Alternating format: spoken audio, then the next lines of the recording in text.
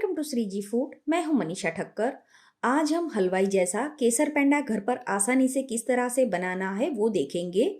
और आज ये पेंडा बनाने के लिए हमें मावे का भी इस्तेमाल नहीं करना है।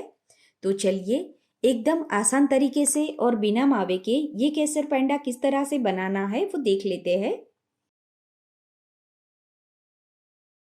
तो जनरली हमें पेंडा बनाने के लिए मावे की ज़रूरत पड़ती है।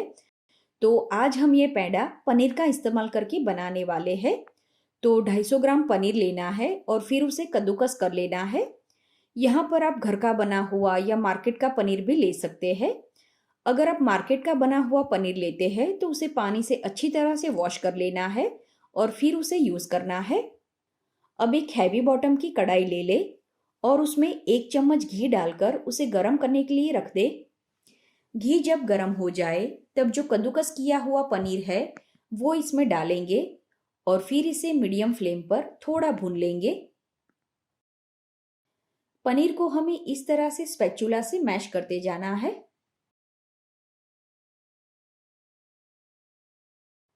तो अराउंड 3 मिनट के बाद जब आप देखोगे तो पनीर में से आपको इस तरह से फैट अलग होता हुआ दिखेगा। इस टाइम पर हम इसमें 1 बाउल और ग्राम में 100 ग्राम जितना मिल्क पाउडर डालेंगे। आप यहाँ पर मिल्क पाउडर या डेयरी व्हाइटनर दोनों में से कुछ भी ले सकते हैं और फिर इसे धीमी आंच पर पनीर के साथ अच्छी तरह से मिक्स कर लेना है। फ्रेंड्स, अगर आप बाहर का पनीर और मिल्क पाउडर यूज नहीं करते हैं तो घर पर ये चीजें किस तरह से बनानी है उसकी रेसिपी मैंने पहले ही आपके साथ शेयर की है और डिस्क्रिप्शन बॉक्स में उसका लिंक भी दिया है। तो मिल्क पाउडर भी पनीर के साथ अच्छी तरह से मिक्स हो गया है। तो इसमें 3 से 4 चम्मच जितना केसर वाला दूध डालेंगे। तो 15 से 20 धागे आपको केसर के लेने हैं और फिर उसे 3 से 4 चम्मच हल्के गुनगुने गर्म दूध में भिगा कर रखना है। अगर आपके पास केसर नहीं है तो आप सिंपल व्हाइट पेंडा भी बना सकते हैं। तो केसर वाला दूध भी इसमें मिक्स हो गया है। आखिर में इसमें थोड़ा इलायची का पाउडर डालेंगे जिससे इसका फ्लेवर बहुत ही अच्छा आता है। तो इसे भी मिक्स कर लेना है और इस मिश्रण में से इस तरह से छोटी गोली बना देनी है। अगर इस मिश्रण में से इस तरह से गोली बनती है और ये मिश्रण हाथ में नहीं चिपकता है मतलब कि ये अच्छी तरह से कुक हो गया है। अगर मिश्रण हाथ में चिपक रहा है तो आपको इसे 1 से 2 मिनट तक और पका लेना है। अब इस मिश्रण को रूम टेम्परेचर पर आने तक रहने देना है। आधे घंटे के बाद जब ये मिश्रण रूम टेम्परेचर पर आ जाए उसके बाद इसमें 80 ग्राम जितनी या फिर अपने स्वाद अनुसार पीसी हुई चीनी डालें और चीनी को भी इसमें मिक्स कर लेना है।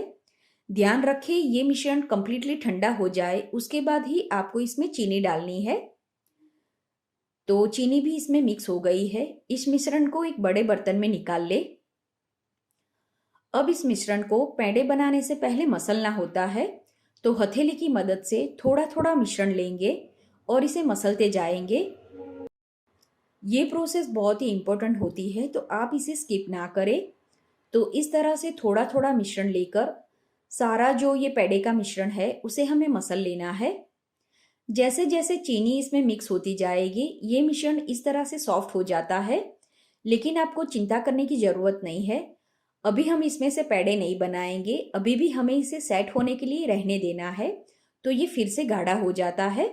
अभी ये पेंडा सेम बाहर जैसा दिखे उसके लिए मैं इसमें थोड़ा येलो फूड कलर ऐड कर रही हूँ। कंप्लीटली ऑप्शनल है, अगर आप कलर ऐड नहीं करना चाहते तो स्किप कर सकते हैं। कलर ऐड कर दे उसके बाद हम इसमें से तुरंत पेंडे नहीं बनाएंगे। इसे इस तरह से मिक्स करके 7 से 8 घंटा या फिर पूरी रात रहने दे। मैंने इस मिश्रण को पूरी रात ऐसे ही रहने दिया है और अब आप देख सकते हैं ये मिश्रण इस तरह से ठीक हो गया है। अब पेंडे की गार्निशिंग के लिए हमें थोड़े कटे हुए पिस्ता और केसर लेना है। अब इक्वल साइज के पेड़े बनाने के लिए 1 चम्मच जितना मिश्रण लेना है और आप चाहे तो इसे इस तरह से मेजर करके भी पेड़े बना सकते हैं।